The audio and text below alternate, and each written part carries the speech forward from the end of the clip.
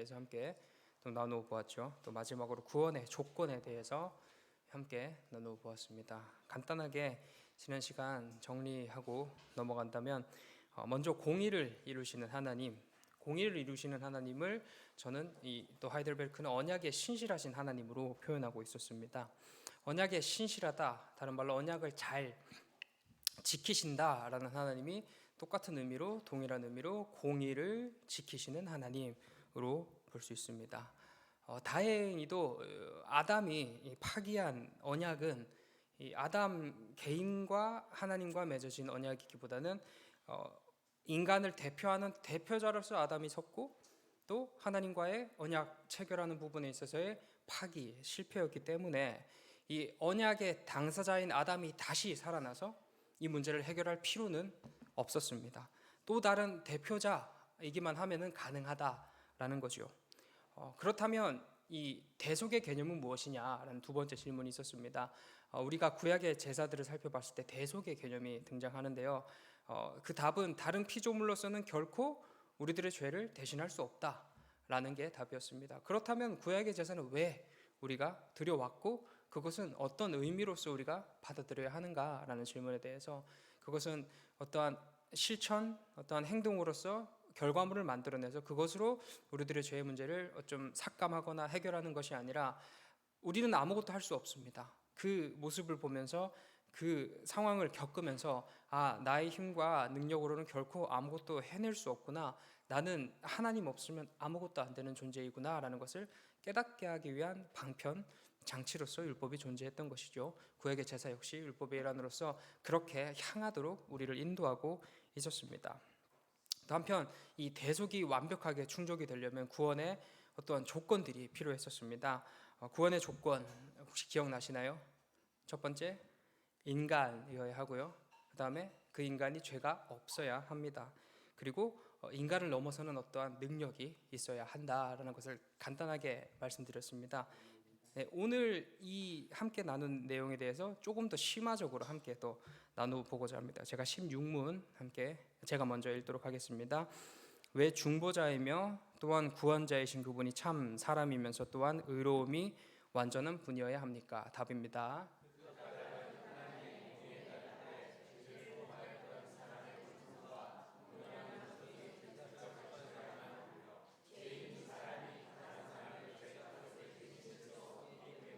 네, 하나님은 계속 공의의 하나님이시다 함께 나누고 있었습니다. 이 공의의 하나님이라는 표현을 쓸 때는 하나님은 억울한 일을 만드시지 않으신다, 하나님은 편법을 쓰지 않으신다로 우리는 이해할 수 있습니다. 한편 또 동일한 본성이라는 문구가 나왔는데요. 이 동일한 본성은 죄를 지었던 아담과 동일한 본성을 가진 사람이어야 그것을 해결할 수 있다. 우리들의 죄의 문제가 해결될 수 있다. 죄 없는 인간이었던 아담에게 죄가 들어왔습니다. 또 그 아담이 지은 죄입니다. 동시에 그렇기 때문에 죄 없는 어떠한 존재가 반드시 필요로 하게 되는 거죠. 죄 없는 아담이 지은 죄이기 때문에 죄 없는 누군가가, 죄 없는 존재가, 인간이 그 문제를 해결해야 된다. 왜 그래야 될까요? 이 죄라고, 우리가 성경이 얘기하는 이 죄라고 하는 것에는 형량이 없습니다. 저희가 지은 죄에는 형량이 있잖아요. 제가 저 앞에 빵집에서 빵 하나 훔쳤을 때 과태료를 낸다든지, 아니면은 뭐 집행유예를 받는다든지, 누가 사람을 때려서 징역을 산다든지 했을 때 형량의 차이가 우리나라 대한민국 법에서는 존재를 하지요. 그런데 이 하나님 앞에서 보면 모두가 다 동일하게 사형인 거예요. 더 감한 형벌도 없고 그보다 더 심한 형벌이 없어요. 그렇기 때문에 뭐 우리나라 상에서도 그게 불가능하겠지만, 내가 저 사람의 죄를 좀 더 덮어 씌워서 2년형을 살 거 나는 10년을 살겠습니다라고 하는 게 상식적으로 가능할 수도 있겠지만, 이게 모두가 사형수라고 한다면 내가 너의 사형을 대신해 줄게, 우리 목숨 하나밖에 없잖아요. 2번 죽을 수는 없는 노릇인 거예요. 그래서 우리로서는, 죄인된 우리로서는 그것을 해결할 수 있는 존재가 단 한 사람도 존재할 수 없다라는 거예요. 그래서 이 죄가 없는, 이 형벌을 받지 않는 존재가 반드시 필요하게 되는 거죠. 그 존재여야만이 우리들의 죄의 문제를 해결할 수 있다라는 것을 16문에서 조금 더 구체적으로 얘기하고 있었습니다. 17문입니다. 왜 중보자이며 또한 구원자이신 그분이 또한 참 하나님이어야 합니까? 답입니다.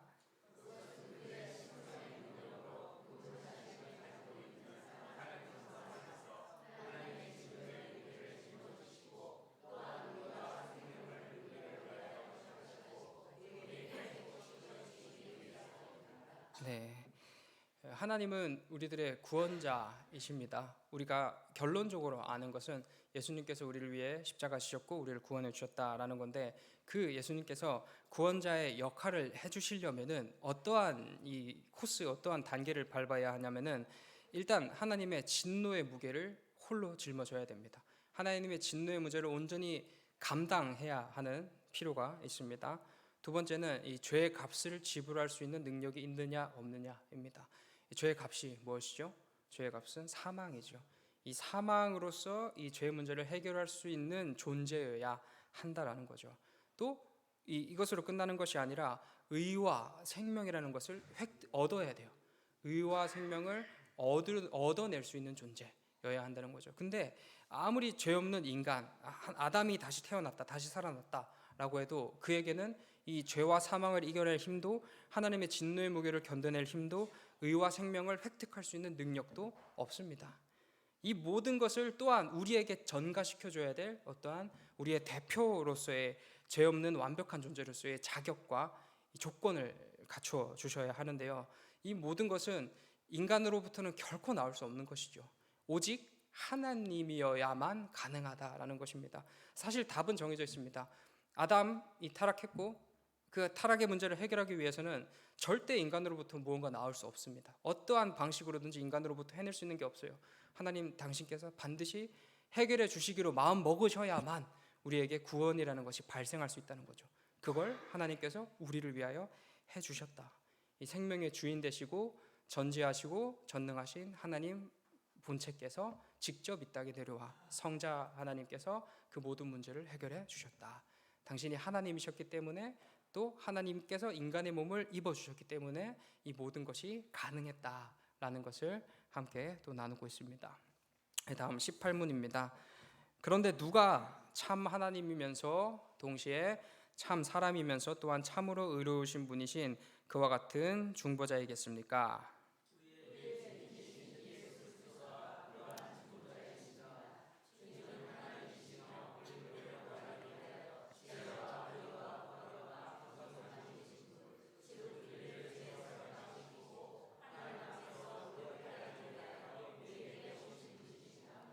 네, 이 18문의 답은 오직 예수 그리스도를 외치고 있습니다.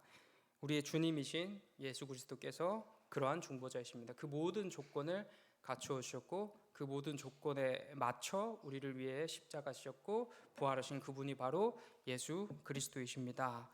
그분은 우리를 구원하기 위해 지혜와 의와 거룩과 구속함이 되셨고 우리를 죄에서 해방시키고 하나님 앞에서 의롭게 하기 위해서 우리에게 오신 분이 바로 그리스도 예수시다라는 것을 얘기하고 있습니다.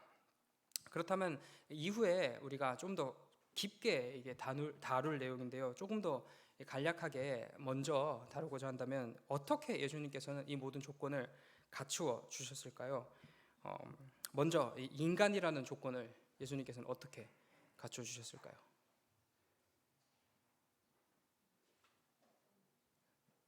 인간이 어떻게 예수님께서 인간이 되셨을까요?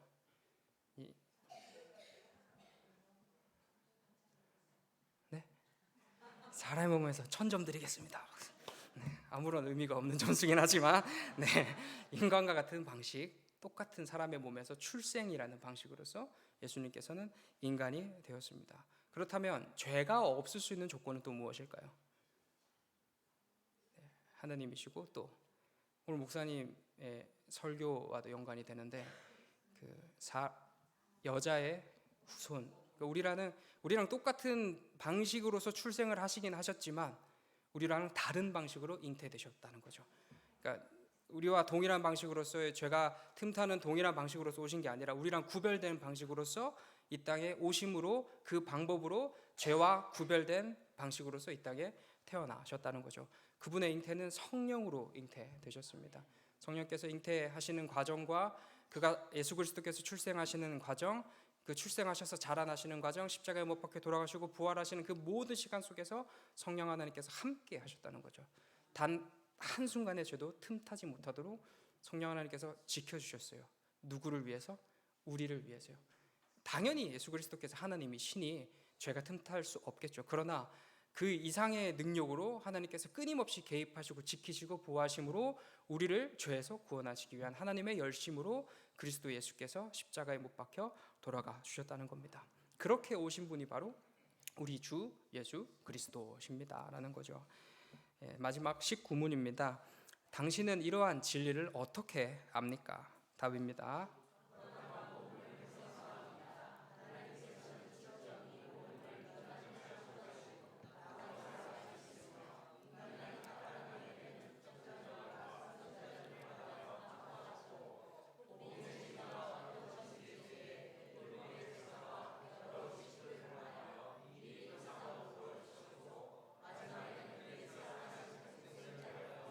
실제로 말씀하셨습니다. 네, 우리는 이 진리를 어떻게 알겠습니까? 이 성경에 있는 복음을 통해서 우리는 이 진리를 알 수 있습니다. 혹자 누군가는 이 구약에는 복음이 없다, 또는 구약에는 복음이 많이 희석돼 있다라고 표현을 하는데요, 절대 그렇지 않습니다. 구약에 역시 복음이 밝게 빛나고 있습니다. 오늘 목사님 말씀대로 하나님은 우리가 타락한 직후에 하나님의 복음을 밝게 비춰 주셨습니다. 우리 타락한 직후에 우리에게 바로 우리가 살 수 있는 길을 우리에게 제시해 주신 거죠. 또한 이 하나님의 이 복음이라는 것은 구약 곳곳에 묻어 있습니다. 오늘 함께 읽은 것처럼 창세기 3장 15절에 내가 너로 여자와 원수가 되게 하고 내 후손도 여자의 후손과 원수가 되게 하리니 여자의 후손은 내 머리를 상하게 할 것이요 너는 그의 발꿈치를 상하게 할 것이라.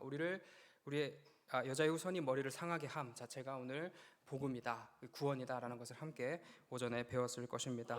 그 다음으로 이제 무지개 언약 아시죠, 여러분들? 노아와 홍수가 있고 난 이후에 하나님께서 이 무지개 언약을 두셨는데요. 이 무지개 언약의 또 다른 별명은 보존 언약이라는 것입니다. 이 보존 언약은 여러분 무지개 모양이 어떻게 생겼나요?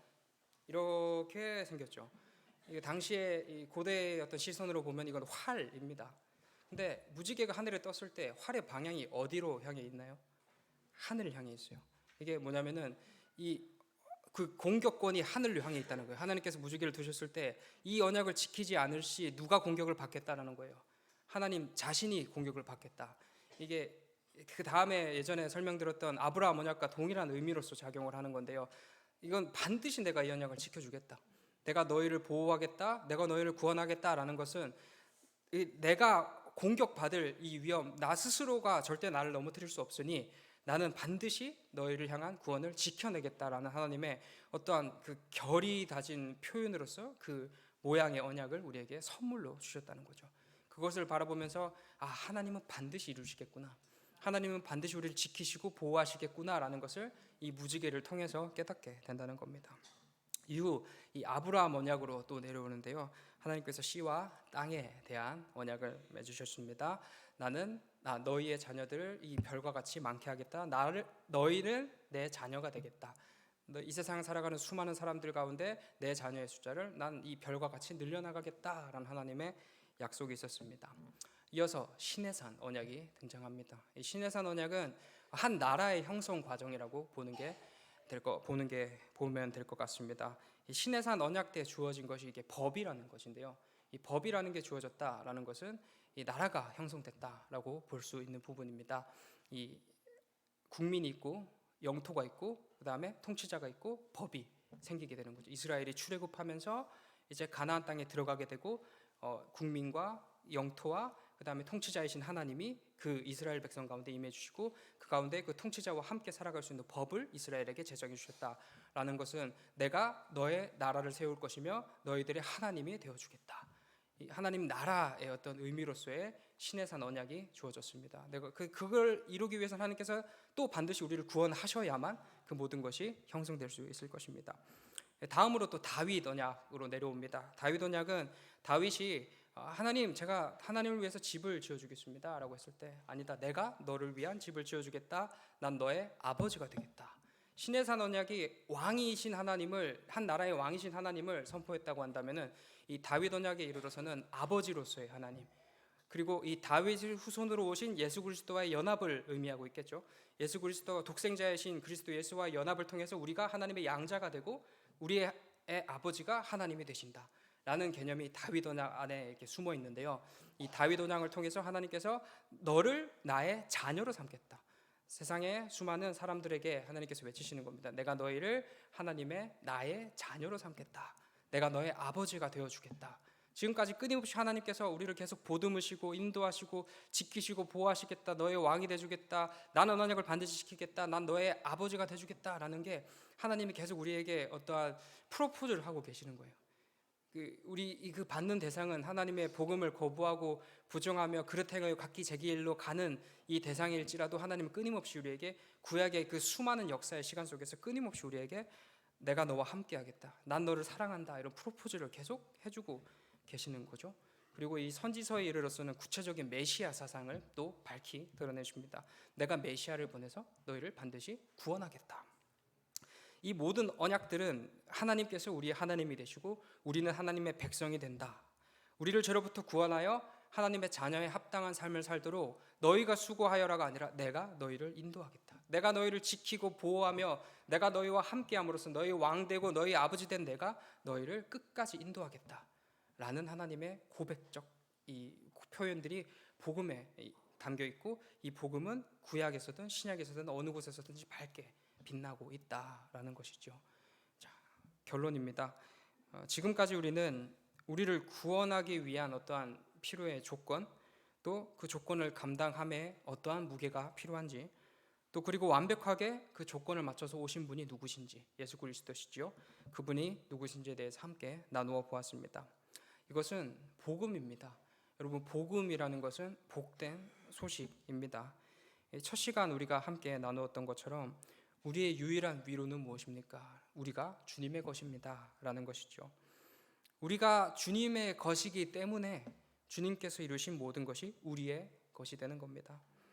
우리로서는 결코 해낼 수 없는 것들을 마치 주님과 한 몸이 되었기에 우리가 한 것처럼 하나님께서는 여겨주시고요, 우리의 그 깨어질 수 없는 주님과의 연합으로 말미암아 우리로서는 결코 이루어낼 수 없고 누려낼 수 없는 것들을 하나님께서 누리도록 우리에게 선물로 허락하여 주신다는 겁니다. 이 모든 것을 우리의 힘과 능력으로 열심히 애쓰고 따내서 수고하여 그것을 너네에게 이루라 라고 말씀하신 하나님 결코 아니십니다. 구약에서부터 신약에서까지 밝게 빛나는 그 복음은 내가 너희를 사랑한다 라는 하나님의 고백이자 프로포즈일 것입니다. 그 값없는 사랑, 그 값없는 고백이 바로 우리를 향해 있다라는 것이죠. 그러니 복음이지 않겠습니까? 그 모든 소식이 이 자격 없는 우리에게 주어진 하나님의 사랑, 이 자격 없는 우리에게 밝게 빛나는 하나님 당신의 뜨거운 은혜와 그 깊은 사랑, 그것이 우리에게 허락되었다, 우리에게 풍성이 충만히 차고 넘친다. 그러니 이 소식이 우리에게서 바로 복음, 복된 소식일 것입니다. 너희는 비록 넘어지고 실패하나 나는 너희를 놓지 않아. 끝내 너희는 내 백성이 될 것이고 나는 반드시 너희의 하나님이 되겠다. 그 복음이 우리를 향해 밝게 빛나고 있습니다. 값없이 은혜로 우리에게 허락되는 참 생명, 그 복된 소식 우리 한 주간 바라보시면서 하나님께서 우리에게 부어주시는 그 사랑, 그 은혜 누리며 만끽하며 살아가는 우리 모두 되시길 소망합니다. 기도하겠습니다. 사랑의 하나님, 자격 없는 자에게 갚을 수 없는 은혜 주심에 감사합니다. 차고 넘치는 죄 가운데 구원 받았음에도 여전히 죄를 떠나지 못하는 죄인 가운데에서도 하나님의 은혜의 복음을 매일같이 들려주시고 매일같이 용서해 주시고 매일같이 사랑해 주시고 매일같이 우리들의 손 잡아 주심에 감사합니다. 하나님, 이 은혜에 힘입어 살아가길 소망합니다. 우리가 만들어내는 인생은 아니나 그러나 하나님께 감격함으로 하나님의 뜻에 합당한 자로 그 자녀의 합당한 걸음 우리 넉넉히 걸어나갈 수 있도록 우리들의 삶을 지키시고 보호하여 주시옵소서. 다른 것 아닌 오직 하나님 받은 은혜, 하나님 주신 은혜 생각하면서 그 은혜에 감격하며 하나님의 자녀의 합당한 삶 살아낼 수 있게 우리들의 마음과 생각 지켜주시옵소서. 주님, 우리 가운데 불안이 있습니까? 아픔이 있습니까? 넘어짐이 있습니까? 실패가 있습니까? 좌절이 있습니까? 그 너머에 계시는 하나님 바라보게 인도하여 주시옵소서. 모든 것 위에 계신 하나님께서 우리들의 삶을 지키시고 보호하시며 구약에서부터 신약에서부터 지금에 이르기까지 그 당신의 그 넉넉하고 전능하시고 전지하신 사랑으로 우리를 끝까지 지키시는 그 하나님을 의지하면서 우리 그 안에서 안전하게 안녕할 수 있게 인도하여 주시옵소서. 감사드리며 예수님 귀하신 이름으로 기도드립니다. 아멘. 너희는 이렇게